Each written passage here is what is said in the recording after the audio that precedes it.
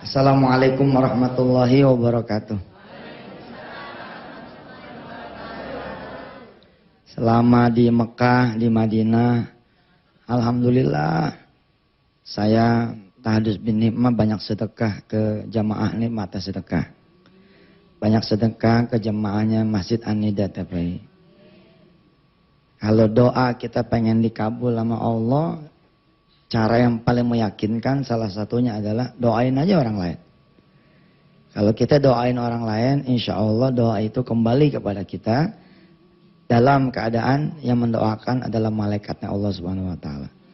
Nah, selama di tanah suci, alhamdulillah saya agak sedikit berdoa untuk diri sendiri, yang lebih banyak buat Indonesia, buat jemaah yang pada sakit biar sembuh, yang pada punya utang biar lunas, biar dikasih kesabaran. Punya penyakit, punya utang, tapi kalau dikasih sabar, subhanallah, nggak kebeli. Latihan buat sabar kan susah ya. Kalau nggak susah beneran mah, mumpung lagi susah beneran, kita minta sama Allah supaya dikasih kesabaran, subhanallah. Begitu juga lagi banyak duit, lagi sehat. Bisa juga kita nggak sabar, jatuhnya bisa nggak sabar. Nah, mintalah juga sebagai orang-orang yang sabar. Saya doain yang belum berangkat ke tanah suci, mudah-mudahan Allah berangkatkan ke tanah suci. Jangan sampai kita meninggal dunia dalam keadaan kita belum sempat itu ngelihat Ka'bah dengan mata sendiri. Sebab Allah janji lewat Rasulnya, siapa yang pernah ngelihat Ka'bah dengan matanya sendiri, insya Allah tuh mata dijaga dari penglihatan api neraka. Subhanallah. Saya doain yang belum pernah duduk di karpet ya, hijau tanda Raudhah di Masjid Nabawi. Ya mudah-mudahan Allah kasih dia kesempatan. Benar-benar bisa ngerasain hawanya Masjid Nabawi. Kemarin waktu saya ke sana, subhanallah, hujan. Hujan gede banget, segede-gedenya. Mulai dari Mekah sampai ke Madinah hujan, ya Allah. Kita hujan di sini mah biasa, hujan di sono, subhanallah. Dan bertambah-tambah lagi lah ke makbulan doa. Sebab ada janji Allah yang lain. Di saat hujan turun, doa itu dikabul oleh Allah Subhanahu Wa Taala. Amin. Mudah-mudahanlah doa saya yang diaminkan oleh ibu dan bapak semua, mudah-mudahan diterima oleh Allah Subhanahu Wa Taala. Dan yakinlah doa itu sedang berjalan, sedang bekerja. Lah selama doa itu dipanjatkan oleh saya, sampai menuju kepada pengabulannya, jangan lupa sholat di masjid berjamaah. Tegekin itu sholat sunnah qobliyah ba'diyah. Ya. Keluarin itu sedekahnya. Insya Allah mudah-mudahan sampai apa yang dihajatkan oleh kita. Sebab Allah maha menerima doa. Rabbi ja'alni muqimas shalah wa min dzurriyyati Rabbana wa taqabbal doa. Kita minta juga supaya Allah kabulin doa kita. Ibu dan bapak yang dirahmati Allah, tadi kita ngelihat juga tayangan ya, seorang ibu yang tertipu, subhanallah, angkanya bukan angka kita, angka dia. Tapi sekian tahun kemudian dia malah bisa bersedekah sebidang tanah yang nilainya kurang lebih 1-2 miliar rupiah. Sekaligus saya umumin kepada jemaah yang pada pengen nyari tanah, tuh ada tanah 600 meter, sedekah dari itu haji, mudah-mudahan ada yang bisa beli, bayarin, ya bisa kita oper ke tempat lain yang lebih maslahat. Wabakdu ibu bapak yang dirahmati Allah, saya dapat kisah ini dari Haji Mukhtar Sum. Saya kangen sama dia. Dulu waktu syuting salah satu sinetron yang sempat Allah kasih amanah kepada saya, kita ngobrol-ngobrol. Saya jadi ingat ini karena kemarin waktu saya di Al-Hay'ah di Tahfizil Quran di Jeddah. Jadi kemarin kan saya membawa misi kita juga nih. Bagaimana wisuda akbar tanggal 8 Mei 2010 bisa datang Imam Sudes. Alhamdulillah tuh nggak ketemu. Ya nggak ada, bagaimana kita mau nemuinnya? Rupanya lagi tugas ke tempat mana kali begitu. Tapi Allah ganti dengan ketemu dengan syekh-syekh yang lain. Alhamdulillah. Insyaallah deh yang bakalan turun nggak bakalan kalah. Paling kagak kita punya Syekh Ali ya kan. Kalau kepepet udah insyaallah deh. Ada Syekh Ali juga itu turunan siapa ya? Masya Allah. turunan Ali Jabir Imam Haramain. Saya saking penasaran sama turunannya beliau tuh, saya beli tuh CD-nya.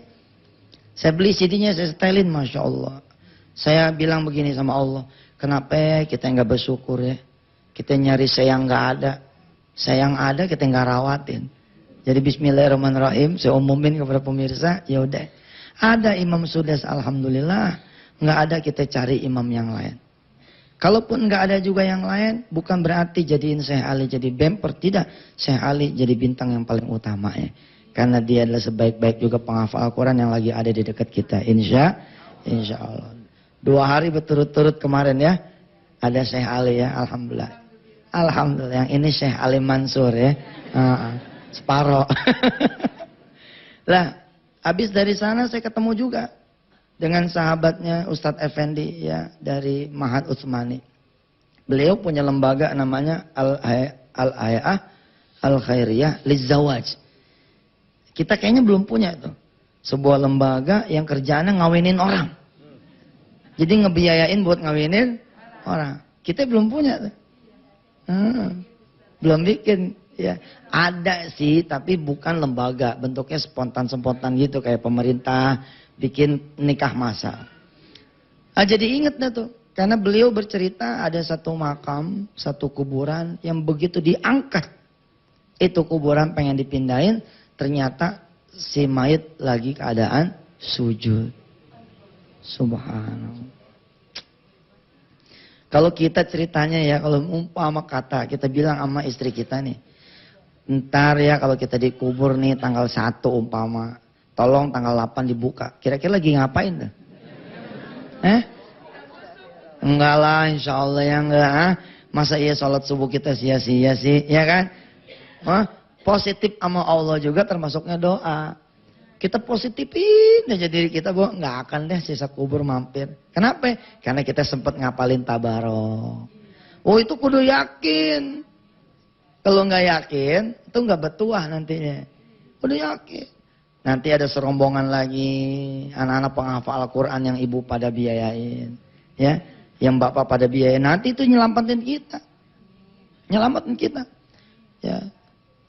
Ya tapi bolehlah kita kemudian khawatir juga, jangan sampai ya di kuburan keadaan kita dicincang habis.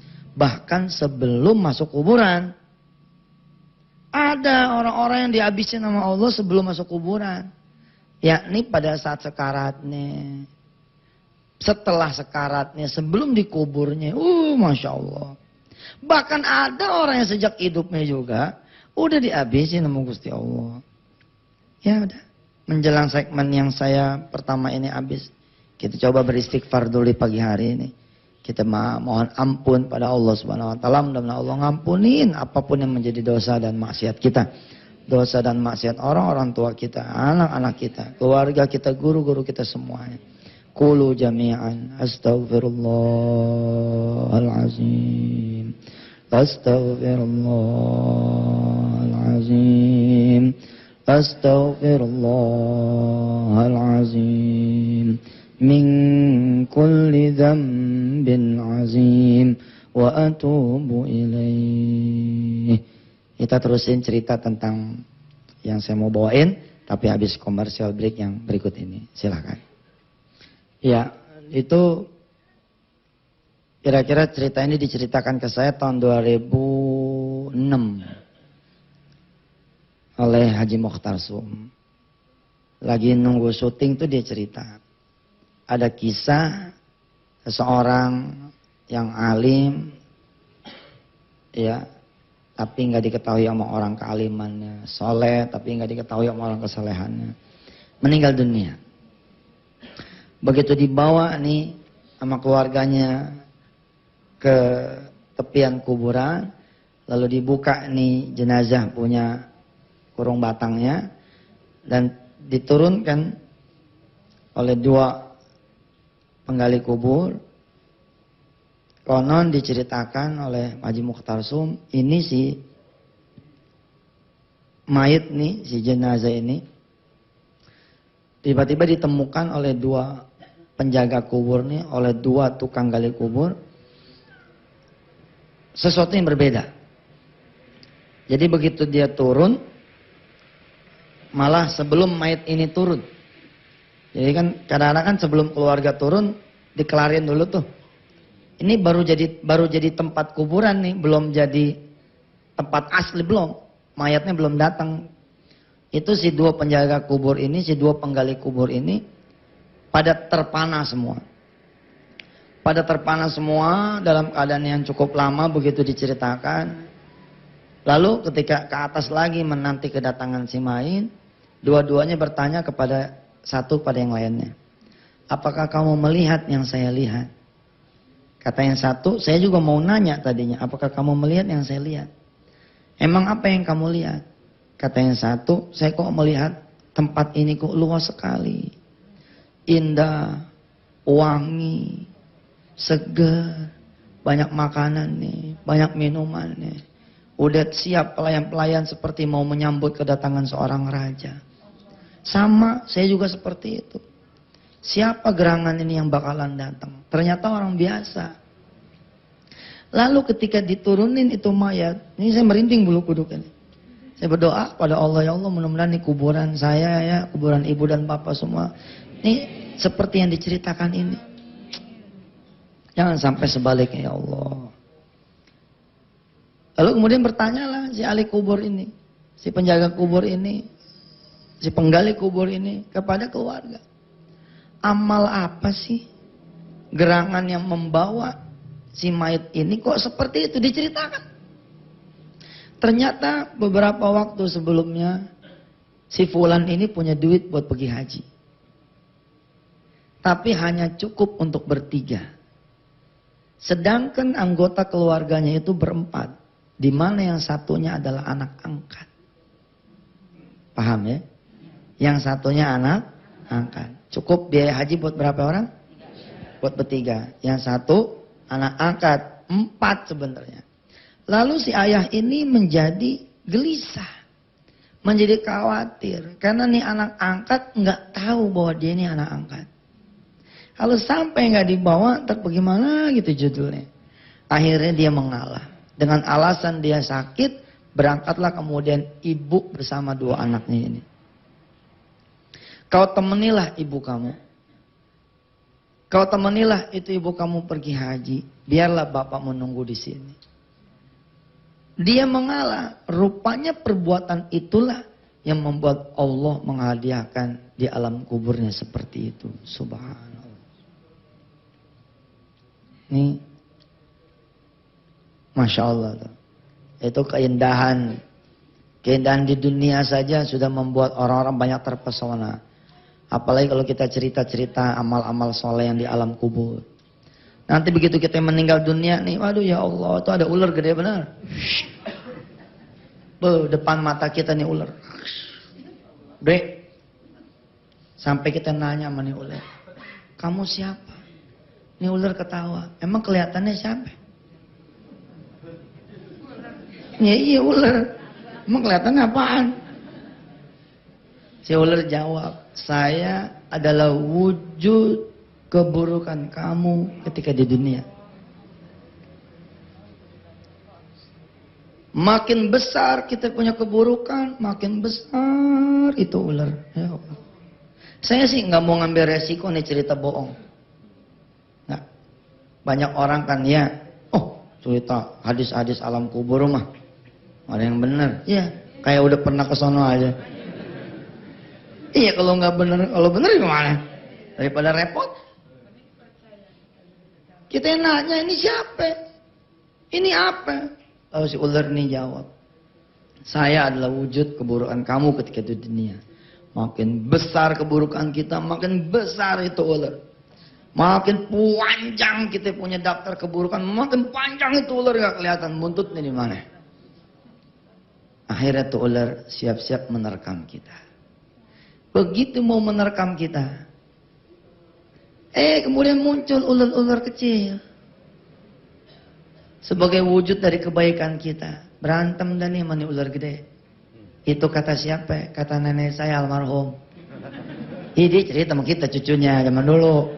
Tapi emang cerita-cerita orang-orang tua zaman dulu kan disandarkan kepada sanadnya emang benar. Terus apa kata nenek saya dulu? Habis tuh ular kecil, dimakan sama ular besar. Ular kecilnya emang terlalu kecil. Sholat kita begini modelnya. Allahu Akbar. Ada yang lewat. Beneran. Coba situ sholat di Masjidil Haram, istighfar terus. Jangan kata di Masjidil Haram nggak bisa ada dosa. Bisa dosa. Lagi lewat orang Jordan lewat. Innalillahi wa inna ilaihi raji'un. Ya Allah. Kita nggak nengok, kelihatan. Makanya pantas kalau di Arab itu kudu pakai cadar. Sebab kalau nggak pakai cadar, orang seMasjidil Haram pada nengok. Saking cakepnya. Kalau ada orang lewat satu, yang cakep dua. Bayangannya juga cakep. Nah sholat kita kayak begitu tuh modelnya. Ada orang hitam lewat, hitam amat sih. Lemah, lemah. Sedekah kita gede nih, udah kayak kayu mahoni yang ukuran 20 tahun. Gede sedekah kita. Tiba-tiba ibunya nyap-nyap. Ibu tuh yatim nyap-nyap sama kita. Akhirnya kita balik nyap-nyap. Lu tuh ya, gak tahu syukur. Anak lu lahir, gua yang biayain. Anak lu gede juga gua yang biayain.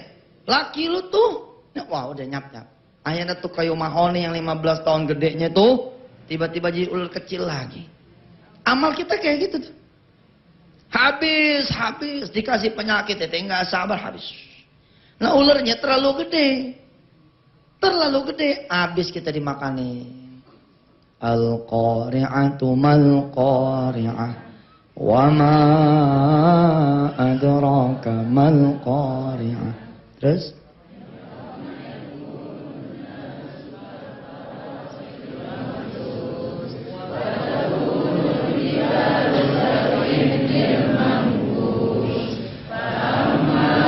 Man thaqulat mawazinuhu fahuwa fi 'ishatin radiyah wa amma man khaffat mawazinuhu faummuhu hawiyah wa ma adraka ma hiya narun hamiyah. Kalau yang menang nih ular gede, habis kita. Kalau yang menang ular kecil dari kita, menang dari kita. Saat itu udah nggak ada lagi penolong kita. Ini si ular besar menyeringai sambil bertanya, mana lagi kebaikanmu wahai fulan? Udah siap-siap maju, udah datang serombongan ular lagi dari kanan, dari kiri, dari depan, dari belakang. Nih si ular nanya, dari mana nih? Yang satu bilang, si fulan pernah ngasih semen 1 sak di masjid yang sedang kami bangun. Karena itulah itu tiang tertegak. Lalu tiang itu menjadi penopang 10 tiang yang lain. Berdirilah kemudian masjid dan kamilah amalnya sampai kiamat. Lalu si ular nengok lagi kepada yang satu. Kamu siapa? Si fulan pernah membantu biaya bersalin seorang yang tidak punya lagi suami karena ditinggal oleh suaminya. Tidak lagi punya duit untuk biaya bersalinnya. Lalu si fulan ini pernah datang memberi bantuan walaupun tidak banyak, hanya 5.000. Tapi 5.000 itu menjadi penggenap 500.000 biaya bersalin di bidan. Lalu anak ini kemudian menjadi ulama, maka mengalirlah pahala si anak ini kepada si fulan. Walaupun sedekahnya hanya 5.000.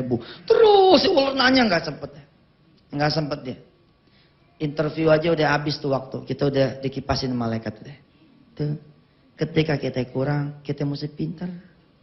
Sholat malam kita kurang, kita cari pesantren yang ada sholat malamnya. Ganti kainnya tuh santri-santri pakai kain kita ya. Kenapa begitu dia pakai kain kita, lalu dia berdiri sholat malam, kita dapat pahala sholat malamnya dia. Keruan kita emang nggak bisa jadi imam karena suara kita belepotan, hancur lebur.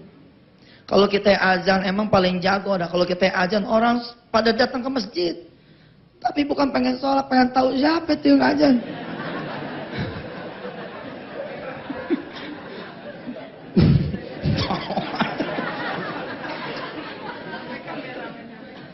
Karena kita nggak mampu jadi muazzin, kita nggak mampu jadi imam. Lalu kita beliin sound system masjid yang bagus. Kita ganti karpet imam yang bagus, biar tuh imam betah. Kita kasih wewangian saben mau Jumatan. Semprotin sesap, 2 sap, 3 sap terus. Kita memang tidak sanggup jadi imam, tapi perbuatan kita itu dianggap jadi imam. Kita nggak sanggup jadi muadzin, tapi mic itu bersaksi. Kalau nih muadzin nggak pakai mic yang dari kita, mungkin teriakannya jadi nggak kenceng. Begitu pakai punya kita, alhamdulillah jadi kenceng. Kita nggak sanggup pergi haji barangkali karena pekerjaan kita. Aduh ya Allah, kalau kita tinggal.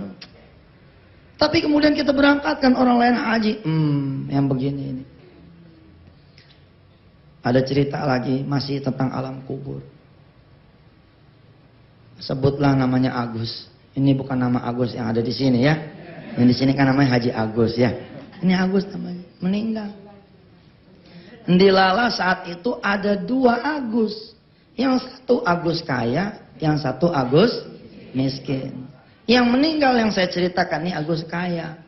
Dia pesenlah kapling yang ukuran 1 tahunnya 1 juta. Kalau kita kan yang 25.000 sepanjang hayat. Ya, begitu ada yang datang yang baru kita digeser. Itu kuburan kita itu. Ini Agus nih pesen nih kapling yang kaya. Kapling yang kaya belah kanan, kapling yang miskin belah kiri. Rupanya si penjaga makam malamnya habis nonton bola. Begitu datang rombongan si kaya, udah disiapin, sama-sama disiapin. Cuman si Agus miskin telat datangnya. Yang duluan datang si Agus kaya. Gitu datang di alam kubur, datang di pekarangan kubur, datang di pekuburan, dia nanya, "Assalamualaikum, dari mana nih?" "Ini kami dari keluarga Agus." "Oh, kiri." Lupa nanya, ini Agus kaya, Agus miskin. Lah karena belum pernah ada yang dikubur, kiri juga semua. Kalau udah ada yang dikubur kan lain. Enggak, gue pernah di sini nih. Oh, paling enggak begitu, pernah di sini. Kanan enggak nih, kiri ke pekuburan orang Kita nggak tahu riwayat seperti apa cerita si Agus ketika hidupnya. Tapi begitu seluruh keluarga Agus ini datang ke tepian kuburan, mereka nggak sanggup melihat apa yang terjadi di alam kubur itu. Belum diturunin. Emang apaan yang terjadi di dalam alam kubur tuh? Sampai semua keluarga si Agus minggir. Melompat, menghindar itu lubang. Apa yang terjadi? Jawabannya rebok besok. Hari Selasa ini kita cerita yang lain. Biarin deh tuh, penasaran.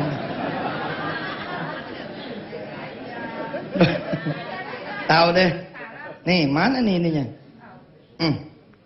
Nih sekarang kita ngaji deh ya. Babnya jangan bab kuburan terus dah. Pagi-pagi bab kubur ngeri. Siap-siap megang pulpen buat pemirsa yang di rumah. Kita akan melihat bagaimana biaya umroh yang 20 juta. Insya Allah bisa kita kejar. Bahkan bukan cuma 1. Misalkan kita ini bapak punya istri, ya pemirsa silakan dilihat di layar kaca masing-masing.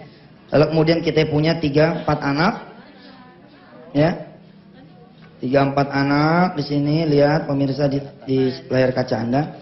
Lalu berarti kali 6, ini dikali 6. Kita masih tambah lagi orang tua kita sebelah yang masih hidup.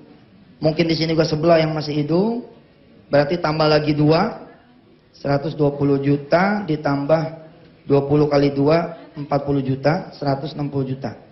Nah bagaimana saudara-saudara yang tidak punya duit, ya kemudian bisa mengejar 160 juta lewat metode sedekah. Insya Allah mudah-mudahan setelah komersial break yang berikut ini kita akan pelajari ini. Orang kalau udah kenal ilmu sedekah, insya Allah enteng, hidupnya enteng, enggak tapi berat. Seperti apa? Mari kita saksikan dulu komersial break yang berikut ini. Pemirsa doain nih anugerah ya. Ini teknisi dari 1:30 dia udah di sini. Ya nyambungin dari komputer saya ke TV. Ya Allah sababia tadi kita cabut ini kabelnya atuh. Jadi nggak nongol di TV. Kan tadi saya bilang tuh ya ada 20 juta gitu kan saya tulis. Saya suruh pemirsa lihat di TV. Ternyata nggak connect ke TV-nya. Nih doain nih anugerah ya. Mudah-mudahan walaupun kelihatannya sia-sia, tapi di mata Allah nggak ada yang sia-sia. Nugrah, udah nikah ente? Belum, Ustaz. Belum tuh. Pemirsa ada yang mau? Ini suka bantuin kita. Alhamdulillah saban nikmat sedekah yang pakai komputer. Kita panggil dia nih teknisi dari TPI ya kan. Mudah-mudahan beliau dapat pahalanya. Ya, seakan-akan ini komputer benar-benar nyala. Aneh panteng ente di sini sampai bisa ya.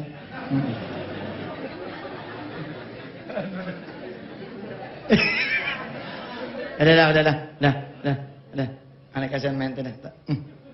Ya mudah-mudahan dah ente disayang mama ya. Biar cepat kawin Nugrah. Ya silakan, ada yang telepon dulu. Ada? Assalamualaikum Ibu. Halo, assalamualaikum. Halo. Assalamualaikum. Nggak masuk juga ke sini ya? Nggak nyambung? Ya. Mau tahu lanjutan kisah Ti Agus tuh? Hah? Ntar aja. Ustadz nih, tuh janji-janji lagi, lupa. Ya namanya gue manusia, suka lupa. Ya lihat yang bagusnya aja, lihat yang saya ajarin, jangan lihat yang saya nggak ajarin. Itu. Ya saya juga jadi ingat seorang bapak di Banyuwangi, ya Allah. Nyambung nih. Ya, waalaikumsalam warahmatullahi wabarakatuh. Ya Ibu silakan. Iya, dari siapa nih? Ya, alhamdulillah, silakan. Saya nih di rumah kan kosong. Saya pengen punya niat di rumah ini ada apa untuk tempat hafal Quran gitu, Ustaz. Di mana itu? Saya di Taman Surya Buana di Kreo, Ustaz. Oh, deket dong sama PPPA ya? Insya Allah dekat, saya pernah ke sana, Ustaz, ke iya. PPA ya. Iya. Gimana caranya ya, Ustaz ya? Ya baik. Ya nanti mulai tanggal 11 April insya Allah kita punya acara tuh. Acara sendiri namanya Indonesia Menghafal. Alhamdulillah Allah kasih kita satu slot acara. Mudah-mudahan tuh acara nggak bergeser, tetap berjalan hari Minggu. Ya jam 1 siang. Di PPA. Ya di sini di TPI siaran langsung. Ya siaran langsung hari Minggu jam 1 siang. Khususon membahas tentang Al-Quran. Nah yang begitu-gitu lagi, pertanyaan yang kayak begitu nanti saya jawabnya di hari Minggu. Di Selasa Rebo kita balik ke nikmatnya sedekah. Insya Allah ya Ibu ya, itu juga acaranya berlangsung dari masjid ke masjid. Yang pada masjid mau kemudian didatengin oleh TPI, nah coba aja ngomong baik-baik. Ya, nyiapin apa supaya kita bisa datang. Kali ada kebuli gitu kan. Boleh dah, ya kan. Ada yang jago masak kebuli sini ya. Alhamdulillah. Ya, masjid mana yang nanti pada mau didatengin nama Yusuf Mansur dan TPI atas izin Allah, coba silakan ke redaksi TPI ya. Ya silakan penelpon yang kedua, Ibu yang di Taman Surya nanti insya Allah ya kita berkomunikasi off air nanti Ibu ke PPPA lagi ya. Baik. Yang kedua silakan. Assalamualaikum. Waalaikumsalam warahmatullahi wabarakatuh. Iya. Iya. Iya. Alhamdulillah. Saya ingin nanyakan mengenai sholat tahajud. Sholat tahajud, ya. Iya, sholat tahajud. Itu sedikitnya 2 rakaat. Nah, jadi kalau lebih dari itu kan itu kira-kira batasnya berapa rakaat ya Pak? Baik. Terus mengenai mengenai surat membaca surat Ikhlas, misalnya yang ayat yang pertama lain-lain, ayat kedua tetap qul huwallahu ahad. Oh maksudnya rakaat pertama? Iya, rakaat pertama itu ayatnya macam-macam. Rakaat kedua tetap qul hu gitu. Tetap qul huwallahu itu apakah baik? Ibaratnya untuk meminta sesuatu. Baik. Baik. Hanya itu yang saya tanyakan. Makasih ya. Assalamualaikum warahmatullahi wabarakatuh. Waalaikumsalam warahmatullahi wabarakatuh. Ini jawaban saya masih belum bisa praktekin.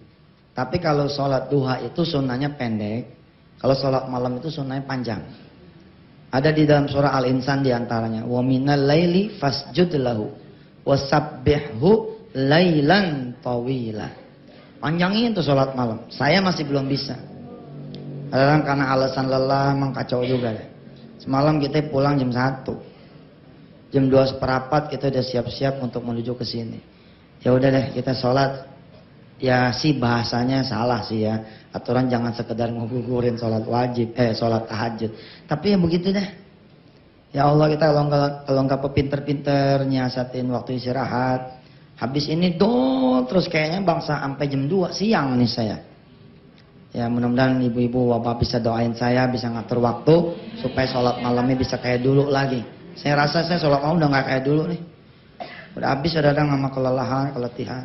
Nah, siapa yang memang lagi sempet, manfaatin itu karena mahal. Saya aja rindu tuh. Saya pribadi rindu, kadang-kadang kita suka nangis kalau enggak. Ya begitu deh pokoknya. Ya, jadi baca yang panjang. Nah, supaya baca panjang sementara ibu bapak nggak ngapal gimana? Pakai teorinya santri. Ya walaupun cara ini tidak semua orang suka, tidak semua orang paham, tapi insya Allah ada yang memang membolehkan, yakni megang Quran. Kalau nggak mau megang Quran dengan alasan ribet, pasang tiang.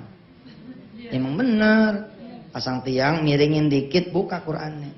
Kita lihat aja begitu baca. Ustaz, udahlah jangan dengerin yang kagak ini, kita mah kita aja udah. Ya, kalau kita dengerin yang begitu mau kita nggak ada habisnya. Kita megang Quran begini, kan bisa dapat. Istri saya ajarin. Itu kadang-kadang dia kalau lagi sempet bisa satu pagi satu juz. Padahal dia nggak tapi apal kayak orang-orang penghafal Quran, cuman dia baca. Begitu dibuka kan dua muka tuh, ya begitu dibuka dia dua muka. Umpama rakaat pertama kita mau ngabisin Al-Kahfi ini di sholat malam, tapi nggak hafal. Bagaimana caranya begitu? Pegang Quran. Sholat sunat tahajud, udah dipegang nih, jangan nyari dalam sholat.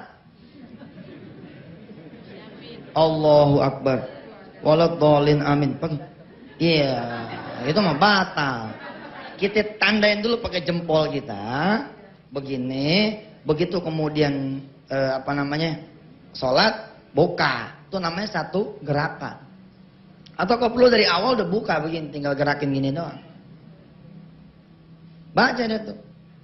Siratal ladzina an'amta 'alaihim ghairil maghdubi 'alaihim waladdallin. Kan kelihatan nih, tapi kita nggak hafal, tapi kelihatan baca.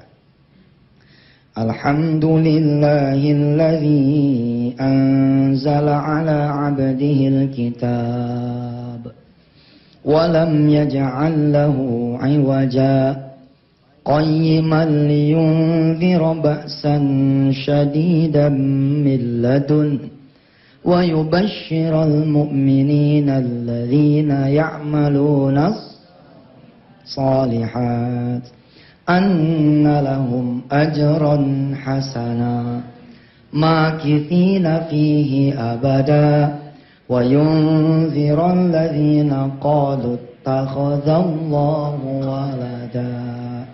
Allahu Akbar. Itu satu halaman, karena dia kalau surah Al-Kahfi mushaf Madinah, dia separuh. Begitu naik lagi rakaat yang kedua, kita masih megang kan. Malahum bihi min ilmi wala li abaihim kaburat kalimatan takhruju min afwahihim iyakuluna illa kadhiba fala'allaka bakhi'un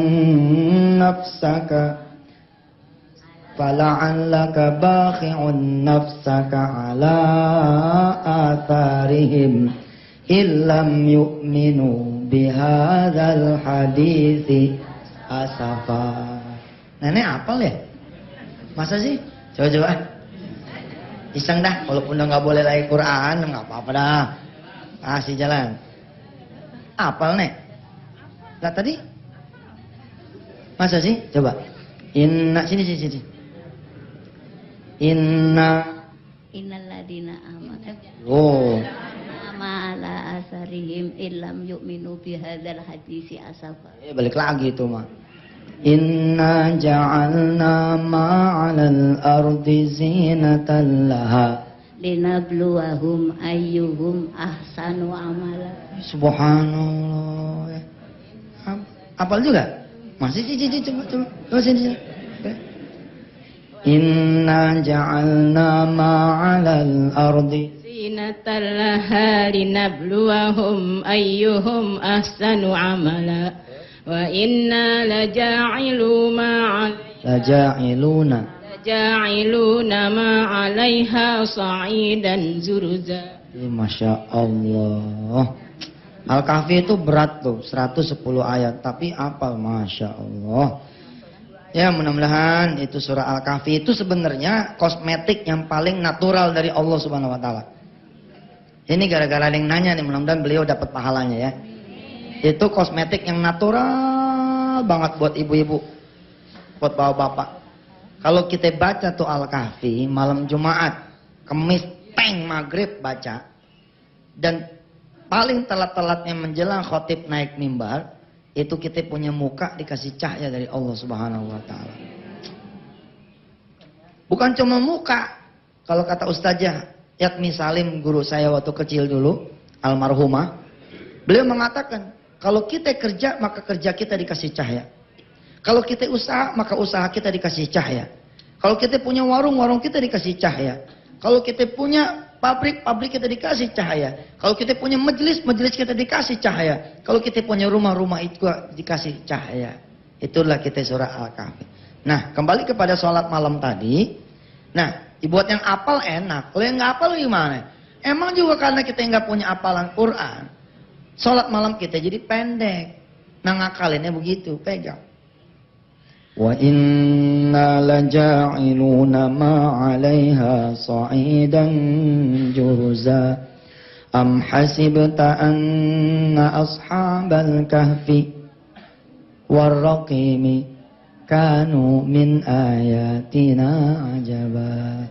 Terus baca rapi sampai buntut tuh selesai 2 rakaat kan, naik lagi dalam keadaan belahan yang kedua kita pegang gitu ya ibu ya. Mengenai rakaat yang kedua baca kulhu terserah. Tapi tahajud itu tidak sempurna sampai kita di pagi harinya mau bersedekah. Kalau orang cuma memegang tahajud doang, insya Allah dia panjang umur, selamat lahir batin, naik derajat. Tapi kalau mau sempurna, gandengin sama yang namanya sedekah.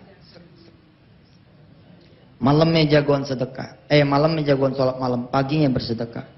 Kalau orang zaman dulu malah katanya nih, menyempurnakan itu sholat malam pakai kantong duit. Termasuk saya punya buyut Guru Mansur Jumatan 5. Jadi tangan kanan megang tongkat, tangan kirinya megang kantong duit. Dia pergi misalkan dari sisi kanan, pulang dari sisi kiri. Kenapa? Bagian duit. Bener tuh kalau orang zaman dulu begitu. Dia siapin sarapan pagi. Sebenarnya itu adalah cara-cara untuk menyempurnakan tahajud. Nyempurnain sholat malam. Begitu turun orang-orang sholat subuh, digiring ke rumahnya, makan pastel, makan pisang, makan gemblong.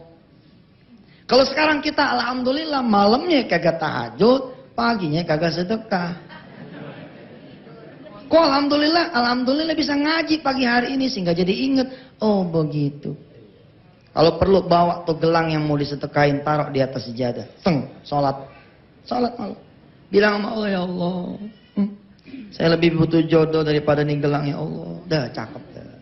Ntar besok begitu kawin kasih tahu suami, saya dapetin situ karena sedekah gelang. Gantiin dulu sebelum menyentuh saya.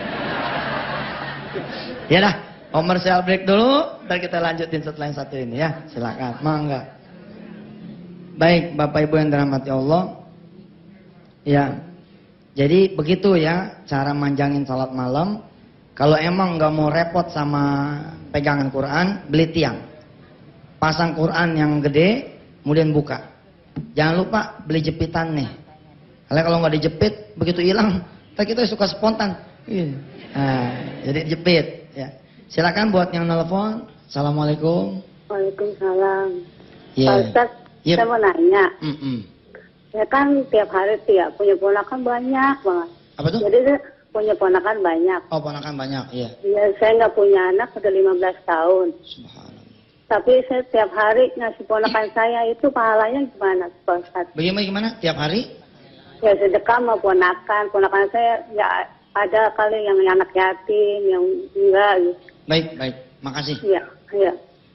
Seutama-utama sedekah itu ke orang tua sendiri, ke saudara sendiri, ke kerabat atau tetangga sendiri, itu utama-utama. Jangan sampai kita bantu orang lain bisa, ya, tapi orang sekitar kita keleleran, nggak boleh tuh, ya nggak baik. Nanti kitanya yang nggak kuat. Kalau kita diomongin, kita suka nyap-nyap, ya. Itu tuh suka nggak bantu orang tuh, suka nggak. Oh kita bantu ini, Kita sendiri yang nanti kacau. Jadi pernahin. Bagaimana Ustaz kalau duit kita cuma segitu-gitunya? Sementara ada pilihan, bantuin masjid sama bantuin ponakan. Caranya gampang, puasa Daud. Dengan puasa Daud kita bisa punya makan siang yang kita hemat. Makan siang itu jadi bisa buat masjid. Paham tuh? Usaha. Kalau usaha insya Allah cadangan sedekahnya jadi lebih banyak. Tapi kalau kita cadangan sedekahnya apa yang ada emang begitu. Hanya cukup buat ponakan.